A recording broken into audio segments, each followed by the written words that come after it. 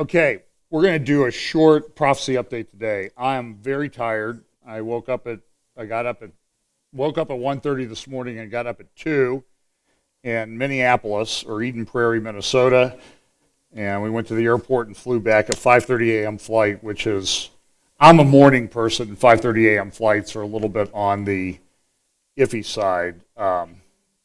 Pray for my wife. She's not a morning person.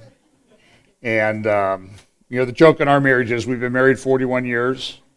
I'm a morning person. She's a night person. So we've really only been awake together for 5 years. And maybe that's why it's working, so I don't know. So we were in Eden Prairie, Minnesota for the Understanding the Times conference that Jan Markell has on, and had a great time. Got to see Bill and Claudia Koenig and have some meals with them, and Amir Sarfati. And then yesterday at lunch, I went back in the green room, and Michelle Bachman and Bill Koenig and Amir Sarfati and I sat there and talked for about an hour. It was very, very interesting. And we had a great time. It was a great conference. This year they only did a one-day conference. Usually they've done Friday night and all day Saturday in the past. This time Jan Markell decided to do just Saturday. And we talked a little bit last week, about a week ago, and she was like, I just don't know if anybody's going to show up, and, because it's a one-day thing, and I'm not sure they'll travel for that. And so here's what happened. She's been doing this since 2002, and some years she's done 2 conferences. This was the highest one-day attendance she's ever had. It was the biggest attendance they've ever had in this church. And this church seats, the main auditorium seats, I don't know if it's like 3,999 or 4,999, and it was full when they started. And are we having issues, Brian? Okay. It was full. The parking lots were full at 10 after 9. And this is a big, big, big church. The chapel was full. All the overflow areas were full. There were people sitting in front of television screens in the hallways everywhere. So estimate is probably around 6,000, maybe a little bit more, attending the conference. So it was great to be there with fellowship of fellow believers and hear some great teaching by everybody, and it was great. So I know Jan will have those DVDs available in a few weeks, and so you can get those through her website at olivetreeviews.org. But it really was a sweet time of fellowship. Bill and Kristen Randalls sat with us. He's pastor of Believers in Grace in Marion, Iowa, just a phenomenal guy, and his wife, great people. So we'll talk a little bit about the convergence of the signs today. I'm going to apologize. I didn't do didn't pull any scripture out or anything like that. So the standard stuff about perilous times and wars and rumors of wars. So just insert those slides there mentally, and because I just didn't have time to get them done on the plane today. So let's look. We'll do a little bit of economics, and then we'll look at geopolitics. And I really don't think it'll be that long today. So this is an interesting story. Monumental deal struck by 150 nations to phase out powerful greenhouse gases. What does this mean? If you live in India and you wanted to get air conditioning, you're in trouble, because you won't be able to get air conditioning. And I've never been to India, but every time I see a picture, it looks like everybody is sweating. And this is what they're going to do. They're going to control the economy this way. Now, what's interesting about this climate change thing is, I don't know if you saw the news reports yesterday, that there was this massive storm heading for the Pacific Northwest. And weather.com and other reliable places were saying 150 mile per hour winds and 50-foot waves. Now, it was very windy, and they got a lot of rain, and they had some, big waves, but nothing like that. So here's the way I analyze the climate change thing. If they've got a storm right in front of them, and they can't do any better predicting it than that, and you know how it is. Every time it's Snowmageddon, we're going to have 85 inches of snow, and they cancel schools for a week, and what happens? We get rain. It rains sometimes. It doesn't even snow. Well, if they can't predict the weather than that, how are they predicting weather and climate 50 or 100 years in the future and basing all these crazy economic policies and environmental restrictions on that? That's just my take on it. This shipping thing continues to be, Hanjin is a large South Korean company that has gone into bankruptcy. There's billions of dollars of cargo and containers all over the world on ships that are sort of in a suspended animation. Nobody knows what to do with them. They're working it out. But this continues to be a problem because shipping worldwide is way down, which indicates that there's a recession coming. And that's what some of the economists have looked at, and they think that there will be a big recession. Now, the next few slides, I'm going to make a disclaimer, 2 disclaimers. One, I voted this week. So if there's anybody's listening that's running polling or fundraiser or anything, don't call my house anymore. Because you know, all you live here in Columbus, we're in kind of a swing state and a swing part of a swing state. And I'm sure your phone rings every night, all day. It starts at 8 o'clock in the morning and it never stops. It's torture. So I voted, so leave me alone. And then, I'll say the other thing, the other disclaimer in just a minute. So I'm going to talk just briefly about what I consider to be the most important issue in the election. And we have seen this week another massive, there's the allegations against Trump, there are the WikiLeaks disclosures of things about Hillary Clinton and what she believes, and so how they were trying to manipulate the Catholic vote. And this is the editorial from the Wall Street Journal the other day, anti-Catholics for Christian, and they're going to try to change what the Vatican teaches about same-sex marriage and homosexuality and that sort of thing. And there's all this debate online. Should Christians vote for Trump? You can't vote for Trump and be a Christian. You can't do this. And I still say it's up to each individual's conscience. And people need to stop judging other people for how they decide what to do. So if you don't want to vote, I'm fine with that. I'm just going to tell you, though, that in terms of religious freedom and the Supreme Court, I do not understand how you could vote for Hillary Clinton. And to me, that's sort of the, so I'm not telling you who to vote for in opposition to that. I'm just telling you the effect that she will have on things will be absolutely stunning. And this is the clip. This is the standard clip that everybody should listen to until you have nightmares about it. All the laws we've passed don't count for much if they're not enforced. Rights have to exist in practice, not just on paper. Laws have to be backed up with resources and political will, and deep-seated cultural codes, religious beliefs, and structural biases have to be changed. And listen, when I have played that clip, and I go out, I read a lot of blogs from both sides of the political spectrum, and the people on the left, they always say, she didn't mean anything like that, you're taking it out of context. You know what? That's nonsense, because all the things that were, recognize that the time has come. All those things that we have expressed concerns about how she wants to change your mind, change your religion and everything. It's all in all those emails. Go read those emails that have been released. And those you want a context for what she said a year and a half ago? You now have the context. She meant exactly what our fear is as to what she wants to do. And she doesn't care. So there was also proof that the Justice Roberts kind of got rolled because this came out of the WikiLeaks disclosure. They were doing the Obamacare decision, and they wanted to influence Kennedy and Roberts to vote to uphold that law as constitutional. And so Roberts, as you know, he voted that it was, and his opinion on it is really it's pathetic.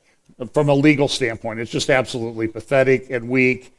And he capitulated, okay? He may be a great guy, but he capitulated on this. And what it shows is that when that decision was coming up, there was a concerted push by the Democratic Party in the White House to put the pressure on Roberts to roll over on that and vote that Obamacare was not unconstitutional. That is what will happen on many, many decisions. They will be manipulated if Hillary Clinton is elected. So decide what you want. Now, Michelle Bachmann, bless her heart, a great lady, become a good friend, I have a lot of respect for her. She told me, you need to play the clip of Hillary Clinton from the debate. I'm going to do an audible. I'm not going to play that clip. I'm going to give you a couple quotes. And the reason I'm not going to play the clip is I would have had to look at too much of the video and listen to too much of it a number of times to find the quotes. And I just don't want to beat myself up like that at 2 o'clock in the morning. So she said this during the debate last Sunday night. I think the current court has gone in the wrong direction. Because it's not liberal enough. Now, you tell me all the things. Anyway, I also want to see the Supreme Court reverse Citizens United, which has helped a lot of conservative groups pull their money together and do advertising and that type of thing, PACs, and get dark, unaccountable money out of our politics. Like she doesn't know anything about dark, unaccountable money in politics.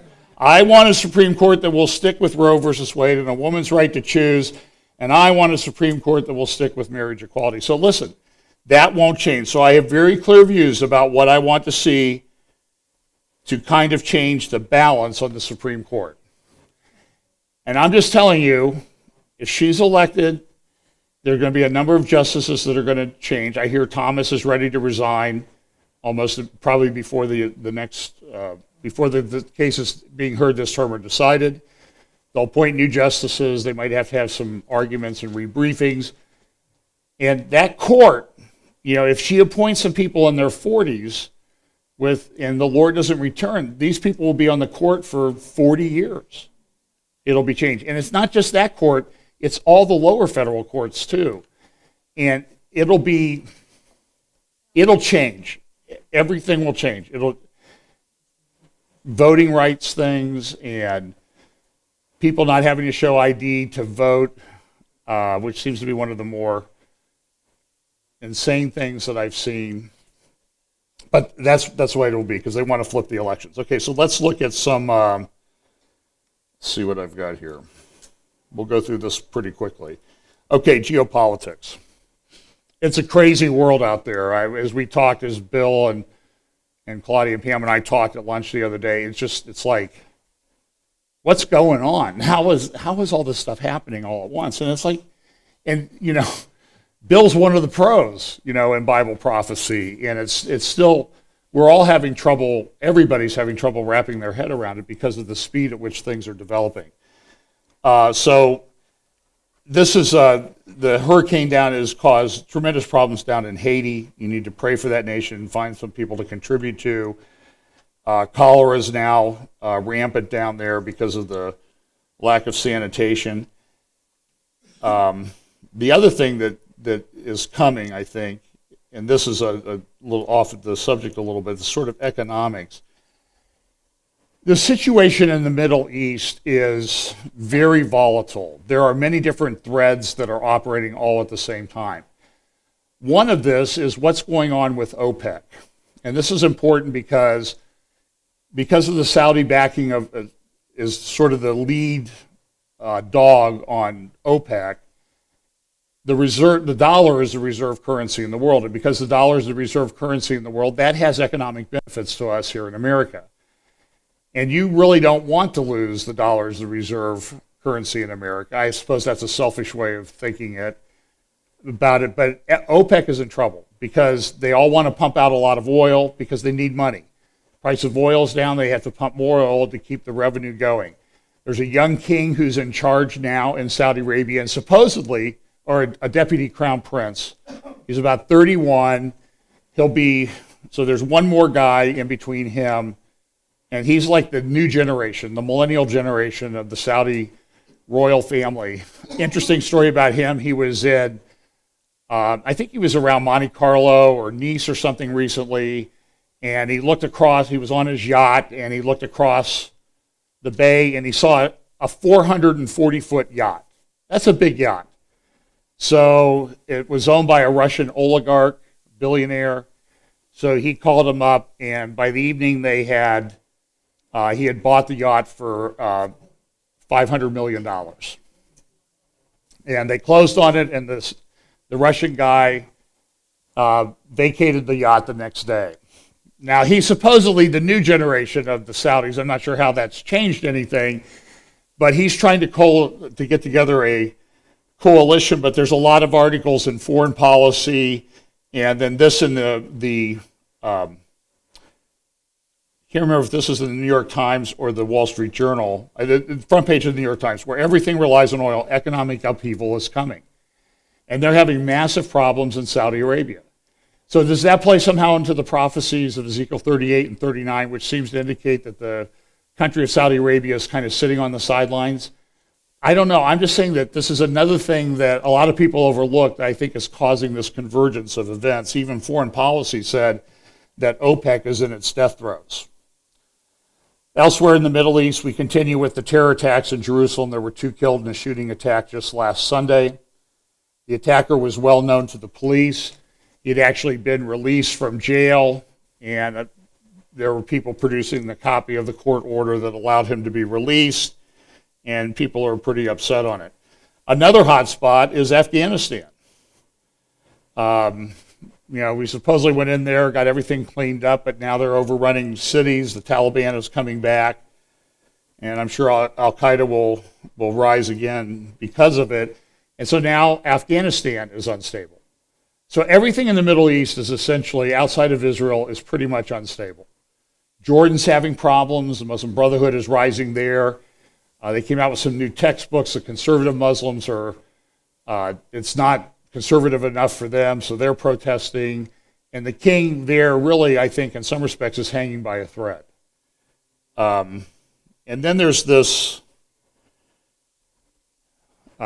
threat of a global thermonuclear war.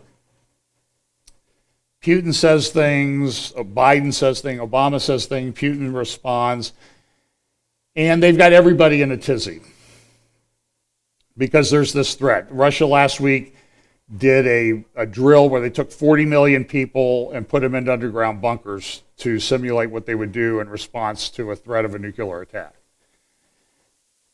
Now, what's the takeaway from that? They got bunkers for 40 million people. We don't.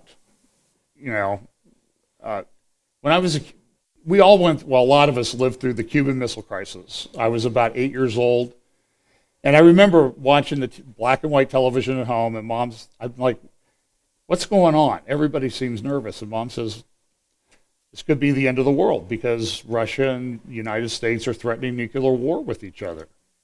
So here we are 54 years later, and what do we have? Same thing, nothing's changed. So I don't know exactly what's going to happen.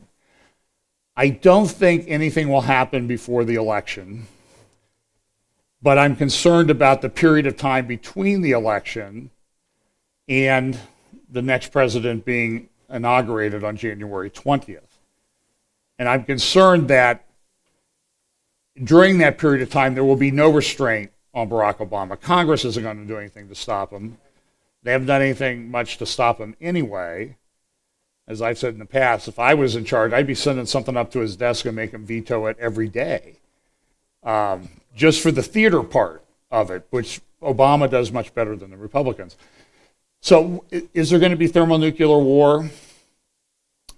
I think there will be at some time. Okay? Now, am I worried about it? We kind of live at that time where Christians really need to think about dying for our faith.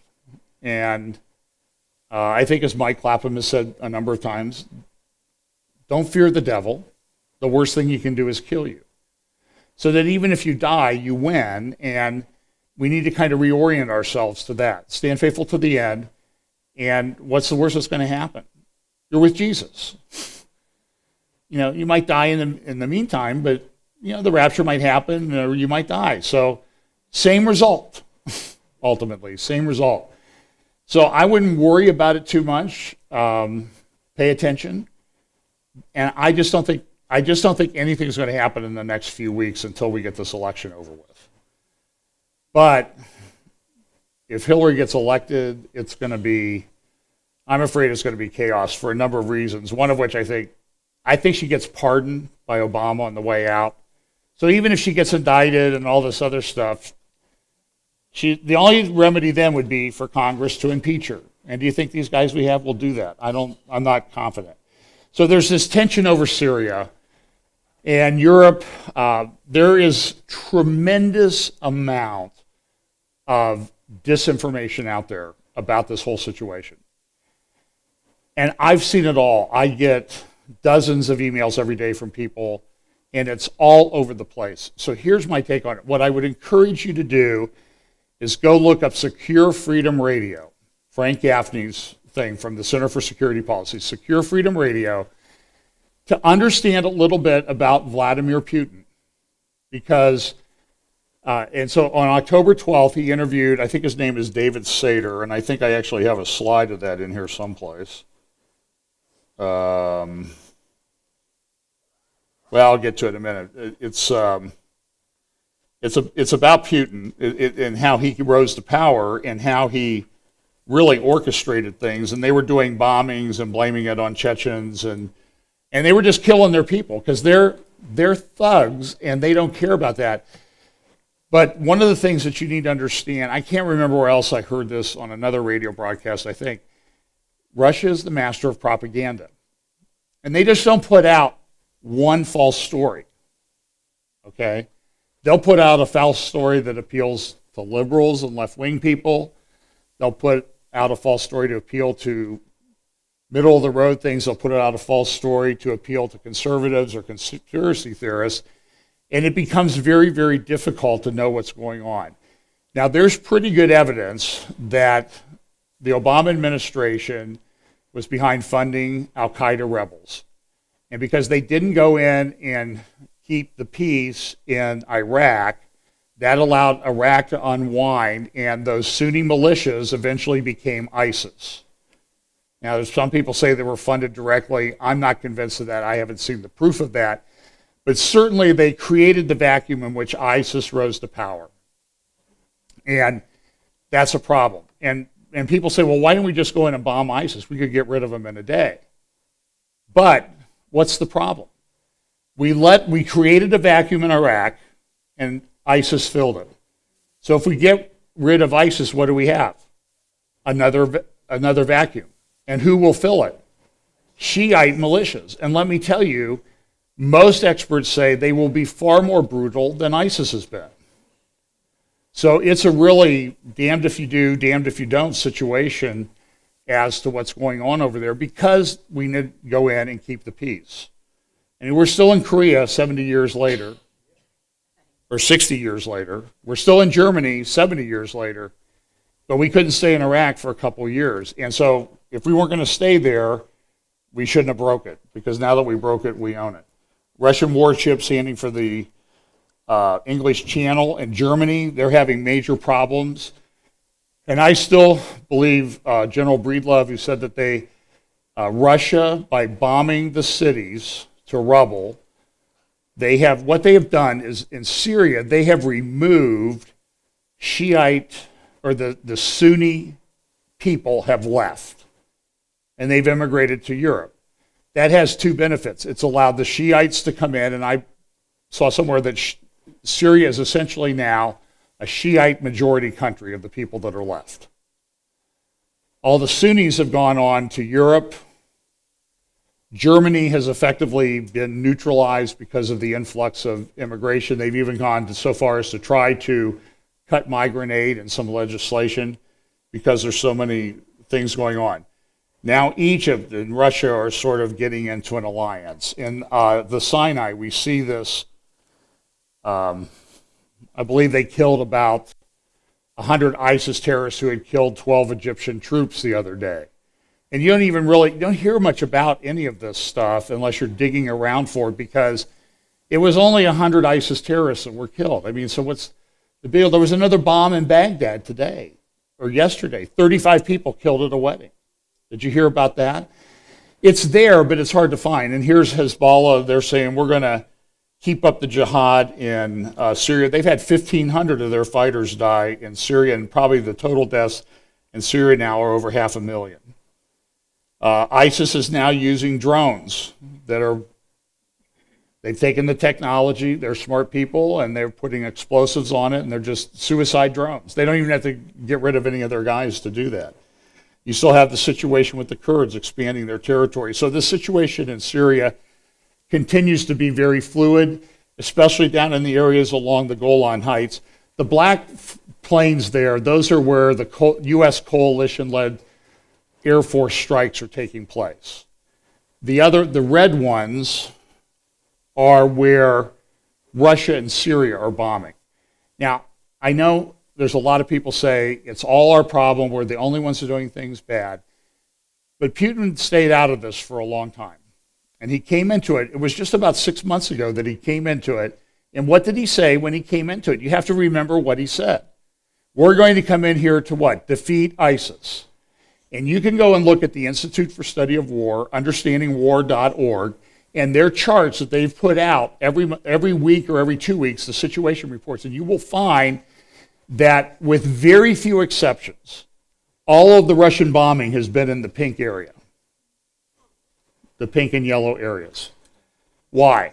Because they want to help Assad keep that part of the country. They get their seaport, they get some airfields, they have a presence in the Middle East now, they have a warm water port, which they've always wanted. And they're bombing these cities to rubble. Those are not being done by rebels with hand grenades and shoulder-launched grenades. Those are being done by barrel bombs. And you can watch, there's tons of videos you can watch on the internet of Syrians photographing, taking pictures of the Syrian Air Force bombing them. We also have this coming battle for Mosul, and that's something that's very fluid. They've been talking about this for a year. But they're concerned that even if they go in, ISIS will have, this is a city of over like 1.2 million people. There will be 1 million people's lives at risk if they go in on an invasion. It'll be a humanitarian disaster, matching some of the worst days of the Syrian civil war. They will have to go house to house to house. If U.S. troops are involved, they will have to go to house, and the homes are booby-trapped. And the United States Army, I'm told, and I have a friend in the Army, I'm sure he'll correct me if I'm wrong, at least one report I read this week said that they've never taken over a city like that in close quarter, a city that large. And so it's sort of, in some respects, it's an unprecedented thing. And because you can't go in and you can't carpet bomb the city before you go in, because you'll kill all the people who are there that want to be freed. So it's really a tough situation. So I made up a little chart of our Eastern Hemisphere here thing of some of the hot spots that really are sufficiently strong enough, hot enough that they could cause a third world war. You have over here, you have North Korea. I understand Kim Jong, whatever that little guy is called, hasn't been seen for a month because he's afraid he's going to be assassinated. You have the Spratly Islands there in the South China Sea, where China is building islands and acting like they interfere with the shipping lanes. You have Pakistan, Kashmir. You have Afghanistan that I talked about. You have the Persian Gulf, which is a choke point for a lot of the world's oil. You have Sinai, you have Egypt, you have, of course, Syria, you have the Crimea Peninsula, and then up here in the upper corner you still have Ukraine and the Baltic states, because Russia put in some special missiles in the Baltic states. And so it's a huge problem. So any one of these could explode. I'll talk about this one down here about the, let's see here. Well, Russia, okay, so here's the European guys are going to blame Russia for everything in Syria. So there's a war of words, and there's some things going on the ground, and how this, It's just very tense, and it's one of these things that could flash off into a major. Some people say it's already a world war. Who knows? This is an article in the New York Times yesterday. Berlin, 1945. Grozny, 2000. Aleppo, 2016. I mean, this is a city of millions of people, and it's over half of it's completely reduced to rubble. This is a flashpoint, though, that's just kind of hot. We have some Navy ships there in the Gulf of Aden. They're at the south end of the Saudi Arabian Peninsula near Yemen. And the Houthi rebels have been shooting at one of our ships, the USS Mason. They fired at it 3 times this week, and just another one this morning. And this is important. Why? Because the Houthi rebels are backed by Iran. They have Iranian missiles. And people will say, well, Iran's not controlling. Listen, they're not going to be using Iranian missiles shooting at U.S. ships unless the Iranian mullahs say that it's okay for them to do so. So this is causing a lot of trouble in Saudi Arabia from an economic standpoint, how they handle the war, because they don't back the Iranian people. So if you want to know what the early stages of a war between Saudi Arabia and Iran looks like, go look around Yemen and see what's going on there. But this is another major shipping choke point because of all that traffic that comes up from the Indian Ocean, up through the Red Sea, up through the Suez Canal, through the Mediterranean to Europe. And if they don't have that, they got to go all the way around Africa, which adds weeks to any shipping and a lot of cost. So this is a flashpoint that you need to keep up. That's how the ships go through that choke point. And we know that now what Iran is doing is they're sending ships down there to look at it. Iran has said it has dispatched 2 warships to the Gulf of Aden to ply the same waters as several U.S. Navy vessels are already operating there, one of which launched several Tomahawk missiles at Tehran-backed Houthi radar installations early Thursday morning. They destroyed them. Iran said, well, they're sending their ships there to protect Iran's trade vessels against piracy. I think that one's probably propaganda. I'm just taking a wild guess. So it's a threat to Red Sea shipping. Yemen's Saba news agency, which acts as a mouthpiece for the Houthi government, charged Thursday that U.S. allegations of its ships being targeted were made to create false justifications to pave the way for Saudi-led coalition to escalate their aggression against Yemen and to cover for crimes continually committed by the coalition. So here's the situation, and I'll be really quick in wrapping this up. Israel's really concerned about what Obama's going to do. They're afraid that if Clinton is elected, Obama's going to head directly to the UN with a resolution or support a resolution that supports a Palestinian state. The United States Senate sent a letter, 88 of the senators sent a letter to the Obama administration saying, don't do this. Kerry was confronted. The New York Post article says this: Israel faces a unique window of danger from November 9 to January 20. What might President Obama do in his final days to slam the Jewish state? Start with Secretary of State John Kerry's recent flat refusal to promise a U.S. veto on any upcoming anti-Israel resolution in the UN Security Council. On Saturday, Haaretz reports Prime Minister Netanyahu told Kerry he's counting on Washington to stick to its policy of nixing anti-Israel resolutions. Kerry's reply: the administration has yet to make a decision on the matter. What's that mean? Watch out. Because if Hillary gets through the election, then there's no brakes on Obama. He's there for another 2.5 months. And Caroline Glick has a great article. I'll just cover a little bit of this talking about the situation in the Middle East there at Yemen. And she's just talking about what does all of this mean? And she wants to know why is this happening? Why are Iranian-backed rebels shooting at U.S. warships in the Red Sea? The simple answer is that Iran has challenged U.S. power at the mouth of the Red Sea because it believes that doing so advances its strategic aims in the region. Iran's game is clear enough. It wishes to replace the U.S. as the regional hegemon at the U.S. expense. Since Obama entered office nearly 8 years ago, Iran's record in advancing its aims has been one of uninterrupted success. And Caroline goes on and makes a very good analysis of what's going on. And she says, if you really want to understand what happened, look at what happened in recent history. Because who is the president's foreign policy guy? It's a guy named Ben Rhodes. Remember they had the New York Times article where he was very arrogant. Now you haven't heard anything from him. Why? Because the media is in the pocket of everybody, and so they're protecting him. They're not forcing him to answer questions. So she says, well, look what's going back. And let's see here. She says, go back and look at the Iraq Study Group report in 2006. And that was done by Lee Hamilton, which you can't see because I covered up his picture. I didn't animate the slide correctly. The Iraq Study Group report. You can download the PDF if you care to read it. And on Lee Hamilton and James Baker. James Baker, no friend of Israel. So they came out with this joint report, and they essentially said that, well, Iran opposes Al-Qaeda, so we should help Iran. That was 10 years ago, that's what they said. And you see here, Ben Rhodes, special assistant to Mr. Lee Hamilton, in writing that report. So, what happened to that report? Well, here's one of its conclusions. The United States must build a new international consensus for stability in Iraq and the region. In order to foster such a consensus, the United States should embark on a robust diplomatic effort to establish an international support structure intended to stabilize Iraq and ease tensions in other countries in the region.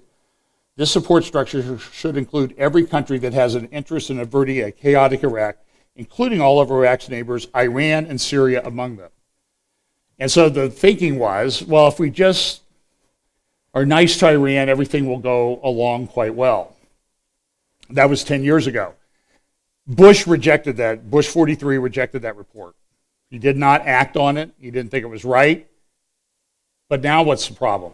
Obama's in office, and the guy who helped write that report, the architect of that report, is his foreign policy guy. So you want to know where his foreign policy is going? Read that report and its recommendations. Caroline makes this point. Despite all the stuff that's going on, Obama has also said nothing about the atrocities that Iranian-controlled militia have carried out against Sunnis in Iraq and has stopped operations against Hezbollah.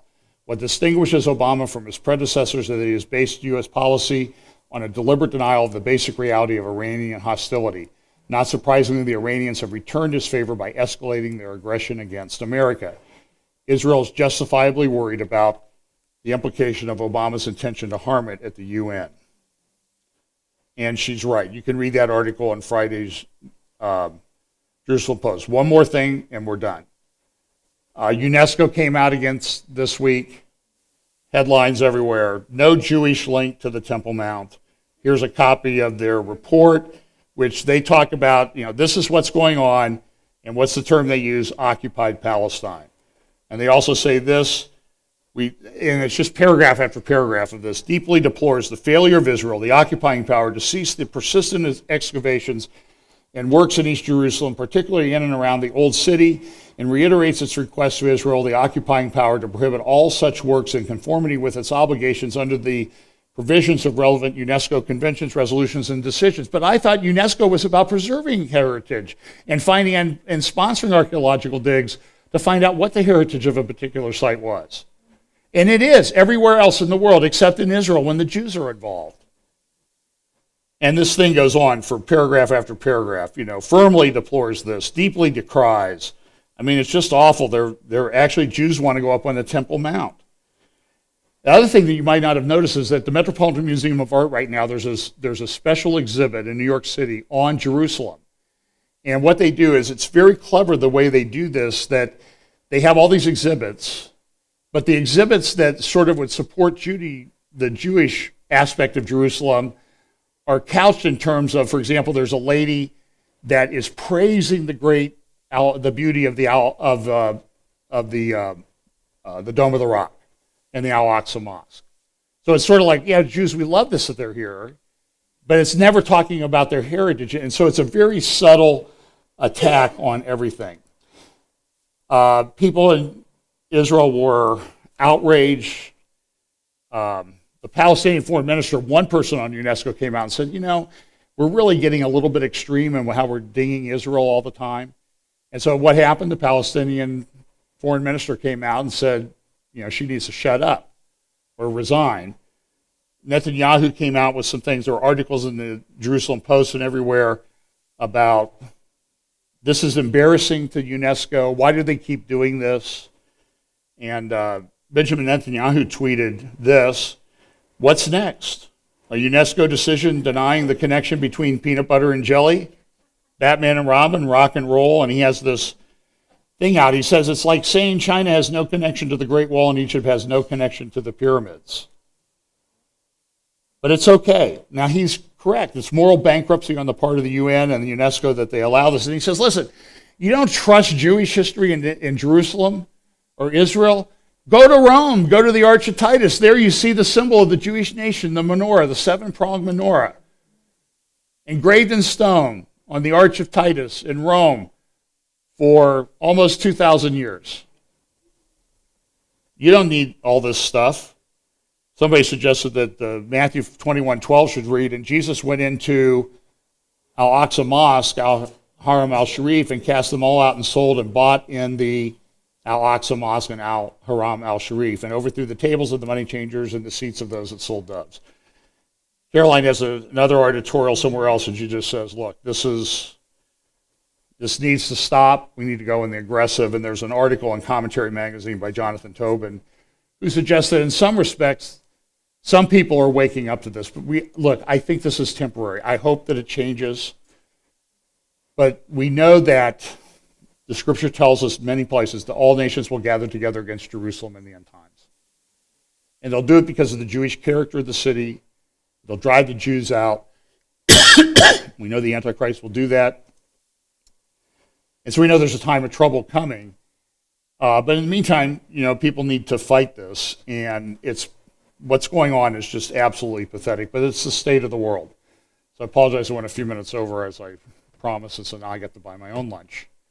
And but anyway, look, it was a great weekend. There's a lot of things going on. Pay attention. Keep in prayer.